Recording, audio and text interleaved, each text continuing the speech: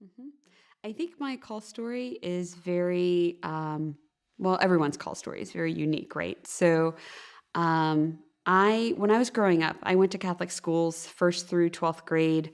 I was very active as a young adult in my parish life and youth group and retreat teams and the Mass, helping out with the Mass. And that carried on through college, but I never ever considered being a sister. It just never even crossed my mind. I just didn't feel at all uh, like I could relate to them, and it just didn't even cross my mind as a possibility.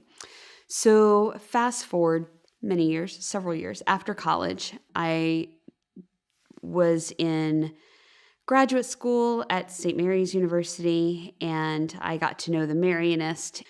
I still wasn't thinking about religious life, but I was connected to the charism, so I became a member of the Marianist family as a lay Marianist.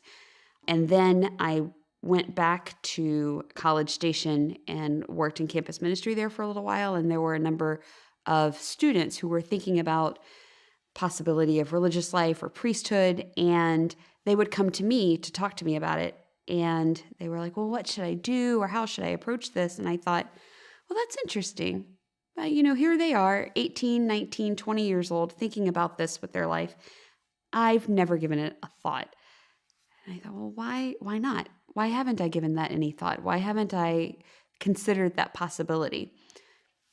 So then I started praying about it and considered the possibility, met with a spiritual director, talked to some friends, and thought, well, why not give it a try? Why not see if this is a possibility for me? The beauty of the process of becoming a religious is that it's a very slow process. You don't enter one day and then say yes forever the next day. You have time to discern and to evaluate, to get used to. So I entered the first year of formation thinking, okay, I'm going to see how the year goes. And when it's time to either ask for the next stage or leave, then I'll consider whether or not to stay. And every year of my formation, that's sort of the way that I approached it of, do I want to say yes to the next step, or do I need to take a step back?